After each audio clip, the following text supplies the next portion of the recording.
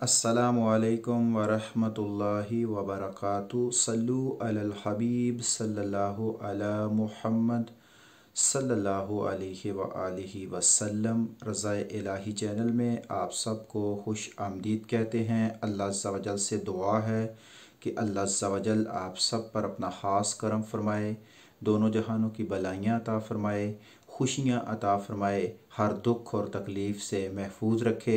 अल्लाह अज़्ज़ा वजल बे औलादों को नेक और साले औलाद अता फ़रमाए, बेरोज़गारों को अच्छे से अच्छा रोज़गार अता फ़रमाए, और जो परेशान हैं अल्लाह अज़्ज़ा वजल अपने ख़ास फ़ज़ल और ख़ास करम से सब की तमाम परेशानियों को दूर फ़रमाए और सब पर अपनी शान के मुताबिक करम फ़रमाए। ये दुनिया मकाफ़ात अमल, इंसान अगर किसी के साथ बुरा करके वो तहज्जुद भी पढ़ता रहे, नमाज़ें भी पढ़ता रहे, तो सुकून हासिल नहीं कर सकता, क्योंकि इंसानियत के साथ अच्छा बर्ताव करना और हकूक़ुल इबाद का ख्याल रखना इंसान की ज़िंदगी का हिस्सा है। इंसान गंदम बोझ कर बाजरा नहीं काट सकता, और बाजरा बोझ अगर बोएगा तो गंदम नहीं काट सकता। जो इंसान करेगा वही उसको मिलेगा। हमारी आज की वीडियो का टॉपिक है कि तलाक़ की शरह क्यों बढ़ती जा रही है और हमारे माशरे में तलाक़ ज़्यादा क्यों होती है, इसकी बेसिकली वजह क्या है। इसकी बेसिक में अगर चले जाएं तो बहुत सी चीज़ें जो हैं इसमें अफेक्ट करती हैं, जिसमें सबसे पहला टॉपिक होता है कि हम जो शादियां होती हैं, घरों से भाग कर जो बच्चे और बच्चियां शादियां करते हैं, वो जो हैं उसमें भी रिश्ते टूटने की शरह जो है वो बहुत ज़्यादा है। यहाँ जो भी बात की जाएगी ये ज़रूरी नहीं है कि ऐसा ही हो, हर इलाके में हर जगह पे मुख्तलिफ होता है। हम जनरली तौर पे बात कर रहे हैं कि कौन सी चीज़ें जो हैं वो सबब बनती हैं तलाक़ की शरह जो है वो बढ़ने में। इस वक्त पाकिस्तान में तलाक़ की शरह बहुत ज़्यादा बढ़ चुकी है और आए दिन बहुत सी तलाक़ें होती हैं, जिसमें एक मैटर ये था कि भाग कर शादी करना, और दूसरा मैटर ये था कि जो ज़्यादा चीज़ें देखी गई हैं वो लव मैरिजेज़ में भी बहुत सा नुकसान हुआ, उसमें भी बहुत सी तलाक़ें हुई, क्योंकि जब इंसान एक दूसरे से मोहब्बत करता है तो उससे वो एक दूसरे की गलतियां वो देख नहीं सकता अच्छे तरीके से, लेकिन जैसे ही वो मोहब्बत शादी में बदली होती है तो गलतियां सामने आती हैं, तो इससे लड़ाई झगड़े जन्म लेते हैं, जिसकी वजह से तलाक़ की तरफ इंसान चला जाता है। इसके अलावा शादी करने में जो है हमारे यहाँ प्रॉब्लम जो है कि बहुत लेट शादी की जाती है। बुढ़ापे में बाज़ दफ़ा 30+ में शादी की जाती है, बाज़ दफ़ा 27-28 में शादी की जाती है, जिसकी वजह से भी बहुत से लड़ाई झगड़े जन्म लेते हैं, क्योंकि इंसान जो है जब ज़्यादा एज हो जाती है तो उसमें मुख्तलिफ़ जो हार्मोन्स भी होते हैं उसमें भी प्रॉब्लम आती है, और इंसान को इस वजह से भी लड़ाई झगड़े पैदा होते हैं। असल में तो हम सोचते हैं कि हम मेच्योर हो चुके हैं, लेकिन ज़िंदगी की दौड़ में इंसान इतना मसरूफ़ हो गया है जिसकी वजह से लड़ाई झगड़े जन्म लेते हैं और ये प्रॉब्लम्स क्रिएट होती हैं तलाक़ वाली। इसके अलावा ये है कि जब हम रिश्ता करते हैं तो हम दोनों तरफ से हमारे अंदर लालच होती है कि फ़लाँ चीज़ भी मिल जाए। लड़के वालों की फुल ख्वाहिश होती है कि लड़की वालों की तरफ से ज़्यादा माल किस तरह बटोरा जाए, और लड़की वालों की ख्वाहिश होती है कि लड़के वालों की तरफ से फ़लाँ चीज़ भी लिखवा ली जाए, फ़लाँ चीज़ भी लिखवा ली जाए। ये भी चीज़ें बाज़ में तलाक़ की तरफ जाने के सबब बनती हैं। इसके वजह एक और वजह यह है कि हम जब रिश्ते करते हैं तो उसकी अच्छे तरीके से छानबीन नहीं करते। हर इंसान में खूबियाँ भी होती हैं, खामियाँ भी होती हैं, लेकिन जब रिश्ते किए जाते हैं तो उस वक़्त सिर्फ़ खूबियों को देखा जाता है, खामियों के ऊपर रिसर्च नहीं की जाती, इन चीज़ों को नहीं देखा जाता, जिसकी वजह से ये भी एक सबब बनता है तलाक़ की शरह को बढ़ाने में। इसके बाद आगे है कि जब शादी हो जाती है तो हमारी तवक्कुआत एक दूसरे से बहुत ज़्यादा होती हैं। हम एक दूसरे से ज़रूरत से ज़्यादा तवक्कुआत रखते हैं। लड़के की ख्वाहिश होती है कि भाई गाड़ी मिल जाए, किसी तरीके से इसको ये फ़लाँ चीज़ भी मिल जाए। लड़के वालों की ये ख्वाहिश होती है कि फ़्रिज भी आ जाए, टीवी भी आ जाए। हालांकि अच्छी ज़िंदगी गुजारने में और एक दूसरे का साथ देने में मोहब्बत की ज़्यादा ज़रूरत होती है इन सामान की, जो दुनियावी चीज़ें हैं इनसे। तो इसलिए हमें कोशिश करनी चाहिए कि हम सच्चाई पसंद हों और हकीकत पसंद हों। जब हम सच्चाई पसंद होंगे और हकीकत पसंद होंगे तो इंशाअल्लाह अज़्ज़ा वजल ये भी हमारे लिए बहुत फ़ायदेमंद होगा। इसके अलावा एक बहुत बड़ी वजह जो है वो है दीन से दूरी। क्योंकि हम दीन से बहुत दूर हैं। हालांकि दीन अखलाकियात का दर्स देता है, दीन मोहब्बत और प्यार बांटने का दर्स देता है। दीन जो है अगर हम उस पर अमल करें तो दीन तो ये कहता है कि हलाल कामों में से सबसे बुरा काम है कि तलाक देना, और तलाक में भी आगे बहुत से स्टेप हैं कि किस तरह दी जाती है। तो इसलिए हमें दीन की दूरी होने की वजह से भी हम इस तलाक की तरफ चले जाते हैं। अब इसके बाद एक नेक्स्ट स्टेप आता है गुस्सा। गुस्सा जो है ये भी बेसिकली बहुत बड़ी वजह है तलाक के मामले में।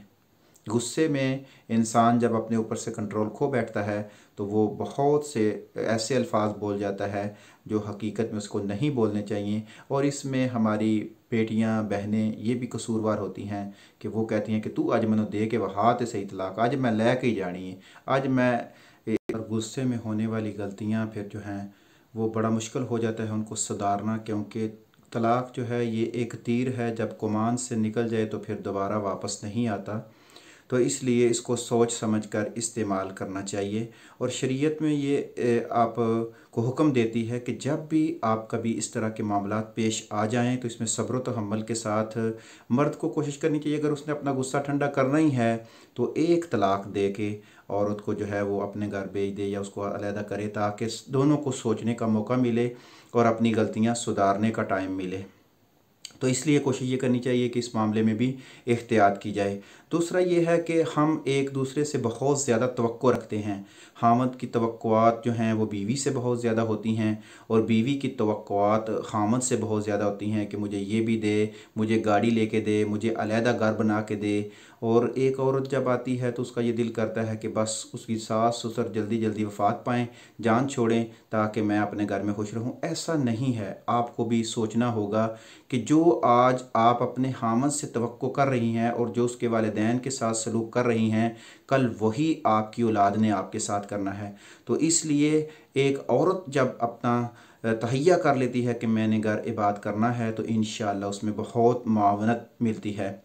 एक और बड़ा फैक्टर जो है वो ये है कि जब बच्ची की शादी होती है तो उसकी माँ उसे कहती है कि बस हूँ टुर चली हूँ इन्हू थले ला के रखने, यानी कि हामद के ऊपर आपने हैवी होना है। ऐसा नहीं है। हामद आपका सरताज है। आप हामद को बादशाह बनाकर खुद मलका बनकर रह सकती हैं अगर अच्छे तरीके से तमाम मामलात को डील करें।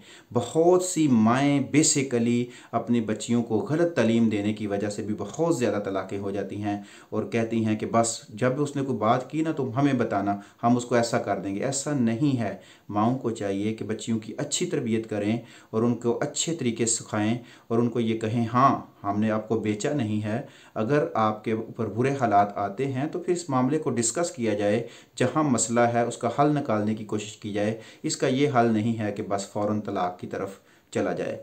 एक और फैक्टर जो डिपेंड करता है वो ये है कि मर्द का औरत पर हाथ उठाना। ये कोई बहादुरी की बात नहीं है, ये कोई मर्दानगी की बात नहीं है कि किसी माँ बहन बेटी पर हाथ उठाना। सबसे पहले आप ये सोचें कि जब आप किसी पे हाथ उठाते हैं तो इसका मतलब है कि आप अखलाकियात से गिर चुके हैं और आपके अंदर बर्दाश्त की ताकत ख़त्म हो चुकी है और ये घटियापन पे आप उतर आए हैं। तो इसलिए कभी भी औरत पे हाथ ना उठाएं। पूरे सब्र व तहम्मुल का मुज़ाहरा करें। मर्द को अल्लाह पाक ने सब्र दिया है, उसको सोचना चाहिए, समझना चाहिए कि तलाक की बागडोर मेरे हाथ में है।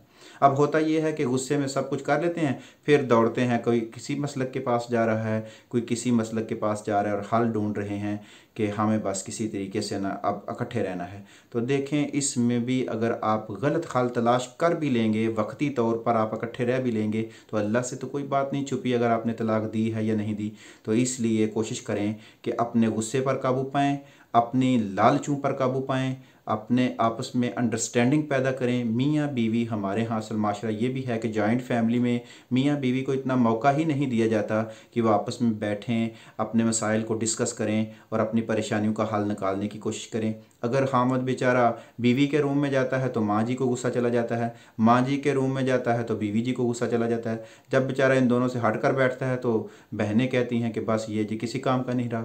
तो इसलिए सब मिलकर एक अच्छी फैमिली क्रिएट करें, एक दूसरे का साथ दें, डिस्कशन करें और मसाइल जो हैं वो मेज़ पर रख कर उनके ऊपर डिस्कस करें कि आखिर हमारे घर में क्या मसला है और इसका हल किस तरह निकलता है। इसी तरह आप इस तरह के मामला से बच सकेंगे।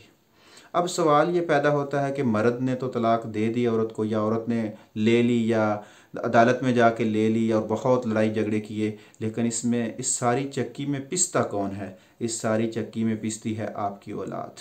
खामद को नई बीवी मिल जाएगी, बीवी को नया शौहर मिल जाएगा, बच्चों को वालिदैन नहीं मिलेंगे। कोई भी वालिदैन बाद में आने वाले वालिदैन नहीं बनते। वालिदैन वही हैं जिन्होंने जन्म दिया, जिन्होंने इन बच्चों को पैदा किया। अब इन बच्चों का क्या कसूर है कि अगर आप दोनों की बनती नहीं है तो कोशिश करें, स्ट्रगल करें, स्ट्रगल करें। तो इसलिए जब आप स्ट्रगल करेंगे, कोशिश करेंगे, तो फिर इंशाअल्लाह अज़्ज़ा हालात भी ऐसे पैदा हो जाएंगे और आपकी कोशिश से इंशाअल्लाह घर आबाद होंगे। जब साथ रहना ही है तो फिर लड़ना किस बात का? तो जब साथ नहीं रहना तो फिर भी लड़ना किस बात का? तो इसलिए लड़ाई झगड़े का तो कोई फ़ायदा ही नहीं है, लड़ाई की तो ज़रूरत ही नहीं है।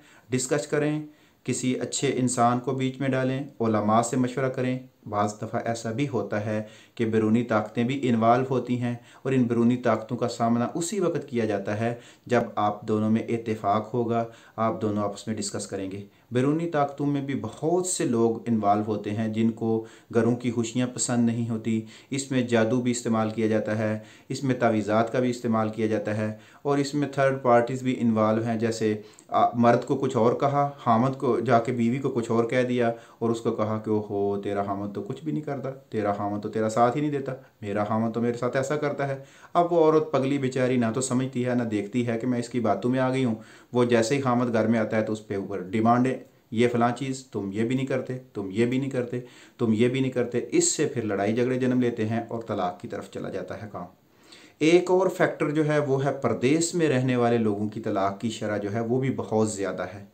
ये मैं इल्तिजा करूँगा अपने उन माई बहनों से, बेटियों से जो पाकिस्तान में हैं या किसी भी कंट्री में हैं, जब आपका हामद परदेश में होता है तो एक हामद आपके सामने होता है, उसके साथ आप और तरीके से बिहेवियर करते हैं। उसने सारा गुस्सा किसी और जगह पे भी निकाल सकता है, दरवाज़ा ज़ोर के मार से, कोई बर्तन तोड़ के, किसी भी तरीके से वो गुस्सा निकाल सकता है। लेकिन जो परदेश में लोग होते हैं उनका क्योंकि आखिरी गुस्सा जाके अपने बीवी बच्चों पे निकलता है, तो जब बीवी बच्चों से कड़वी बातें, घर का माहौल ख़राब, माँ ने कुछ और कहा, बीवी ने कुछ और कहा, बहनों ने कुछ और कहा, उसने बाहर से कुछ और सुना, तो ये सारे मामलात क्रिएट करते हैं एक ज़हनी टेंशन को, एक ज़हनी प्रेशर को। और जो प्रदेश में रहता है उसके ऊपर क्योंकि प्रेशर होता है प्रदेश के काम का, प्रदेश के रूम के साथ दोस्तों का, तमाम चीज़ों का प्रेशराइज़ होता है। प्रदेश वाला बंदा हर टाइम प्रेशराइज़ रहता है।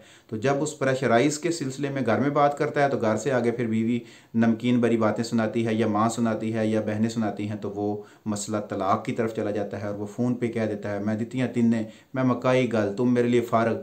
और ये बहुत मामलात ऐसे होते हैं। फिर बाद में तलाश करते हैं कि अब हम सुलह करना चाहते हैं। हमारे पास भी बहुत से सवालात आते हैं शरई मसाइल के ग्रुप्स में कि बस अब दे दी है, गुस्से में दे दी है। भाई तलाक़ तो गुस्से में दी जाती है। किसी ने कभी मोहब्बत में भी तलाक़ दी है क्या? हो जाने मंजर आ जाना, आज मैंने तुम्हें 2-3 तलाक़ें देनी थी, ऐसा तो नहीं होता। तलाक़ तो हमेशा गुस्से में दी जाती है। फिर उसका हल ढूंढने की बजाय बेहतर है कि पहले ही अपने ऊपर कंट्रोल किया जाए, अपने दिमाग को साफ़ सुथरा रखा जाए और कोशिश की जाए कि इन तमाम बैरूनी ताकतों से बचा जाए जो इस तरफ आपको लेकर जाती हैं कि आपकी तलाक़ हो। और अपने बच्चों के रोशन मुस्तकबल के लिए, अपने घर को आबाद करने के लिए जो है आप दोनों को आपस में अंडरस्टैंडिंग होनी चाहिए, बातचीत होनी चाहिए। और इसमें थर्ड जो एक बहुत अहम मसला इस वक्त जो है वो है सोशल मीडिया।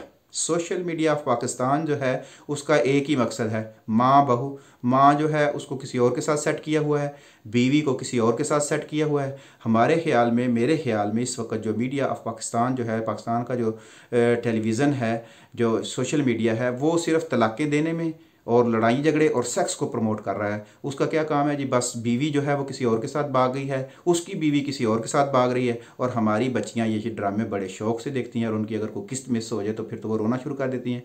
वो तो कहती हैं हाय अल्लाह बिजली चली गई, मैंने तो अभी ड्रामा देखना था।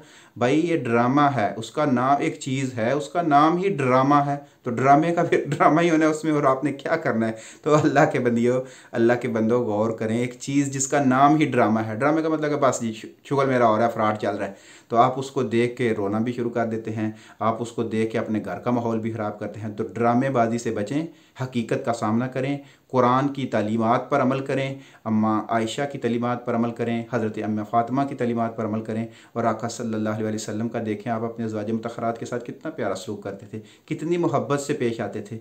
तो इसलिए हमारे पास नमूना मौजूद है। जब एक बंदे के पास नमूना मौजूद हो, प्रैक्टिकली लिहाज से, हर लिहाज से, दुनिया और आखिरत में कामयाब नमूना मौजूद हो, तो फिर तो बंदे से उनको अपना रोल मॉडल बनाना चाहिए, ना कि वो सीता मीता गीता जो भी टेलीविज़न पे आती हैं उनको आपने अपना रोल मॉडल बनाना है। आपने अपना रोल मॉडल बनाना है मोहम्मद मुस्तफ़ा सरवर अंबिया रहमतुल लिल आलमीन को, हज़रत अम्मा फ़ातिमा, हज़रत अम्मा आयशा, अज़वाज मुतहरात, जो भी हजूर के अहले बैत हैं, जो भी पाकीज़ा हस्तियाँ हैं, उनको आप अपना रोल मॉडल बनाएं और उनकी ज़िंदगियों के मुताबिक अपनी ज़िंदगी गुजारें। देखें हज़रत फ़ातिमा रज़ी अल्लाह ताला अन्हा कितनी तकलीफ़ बर्दाश्त की खुद। अब आप देखें, अब तो सहूलतें हैं, अब तो आपको हर चीज़ रेडीमेड मिलती है घर में, लेकिन अज़वाज मुतहरात ने कितनी मेहनत की, खुद हाथ से दाने पीसना, खुद चक्की चलाना, खुद बालन इकट्ठा करना, लेकिन उस वक़्त खुशहाली है, आपस में मोहब्बत है, प्यार है, सलूक है। लेकिन हमारे यहाँ क्या है कि हम बर्दाश्त करना छोड़ गए हैं, हम किसी को बर्दाश्त करना ही नहीं चाहते। हम कहते हैं कि मैं चंगियां दे नाल चंगा वां, लेकिन भैड़िया जड़ा मैनू 100 एक सुनाना मैनू अगू 100 सुनाना। भाई चंगों के अच्छों के साथ तो सब भी अच्छे हैं, इसमें आपकी कौन सी बहादुरी है? मसला तो ये है कि अगर कोई कमज़ोर है, थोड़ा सा अगर किसी में कोई कमी है, तो उसका साथ दें। उसका साथ देने से जो है वो इंशाअल्लाह अज़्ज़ा वजल आपका घर आबाद होगा, आपके घर में सुकून आएगा, लड़ाई झगड़े ख़त्म होंगे, मोहब्बतें बढ़ेंगी, प्यार बढ़ेगा और आपके घर आबाद होंगे इंशाअल्लाह अज़्ज़ा वजल। एक छोटा सा आखिरी नुस्खा आपको बता देता हूँ, इस पर भी अगर आप अमल करेंगे तो इंशाअल्लाह आपके घरों में मोहब्बत बढ़ेगी, प्यार बढ़ेगा। आप कोशिश किया करें कि एक माह में हर माह के एंड पे आपस में मियाँ बीवी आपस में डिस्कस करें और एक दूसरे की खूबियाँ बयान किया करें, एक दूसरे की खूबियाँ बयान करें। बीवी कहे कि बाज़ दफ़ा हमारे ये भी बड़ा मसला है कि मियाँ बीवी एक दूसरे से शर्माते हैं, अगर बेचारे बैठ जाएं तो महल्ले वाले नहीं छोड़ते, भाई तुम तो ऐसे साथ साथ बैठे हो। तो इसका बेहतरीन तरीका ये भी हो सकता है कि आप पेपर पर भी लिख सकते हैं, लेकिन बेहतरीन ये है कि खामद बताए बीवी आप में ये खूबी है, और बीवी बताए खामद को कि आप में ये खूबी है। जब हम एक दूसरे में खूबियाँ तलाश करना शुरू कर देंगे तो इंशाअल्लाह हमारे घर आबाद होंगे, हमारे बच्चों को अच्छा माहौल मिलेगा, हमारे बच्चे तरक्की करेंगे, हमारे बच्चे जो हैं वो कामयाब माशरा बनेंगे। तो जब एक घर ठीक होगा तो इसके साथ एक गांव ठीक होगा, एक शहर ठीक होगा और इंशाअल्लाह पूरा मुल्क ठीक होगा। और इन सब बातों का एक ही निचोड़ है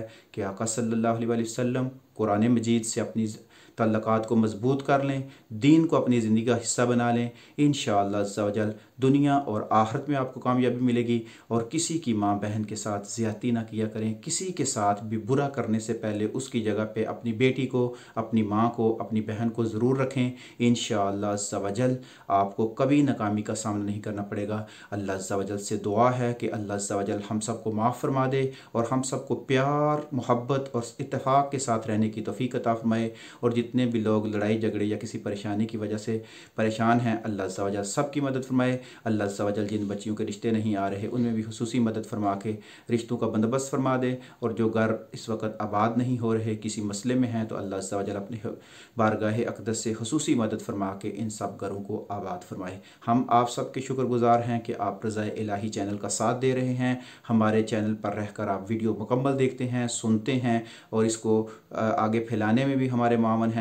हम आप लोगों का जितना भी शुक्रिया अदा करें उतना ही कम है। आप लोगों से इल्तिजा है कि इन वीडियोस को पूरा देखा करें, अपने दोस्त अहबाब को भी शेयर करें और ज़्यादा से ज़्यादा लोगों को इस्लामी चैनल में शामिल करें ताकि दीन के पैगाम को आम किया जाए। अस्सलामु अलैकुम व रहमतुल्लाहि व बरकातहू।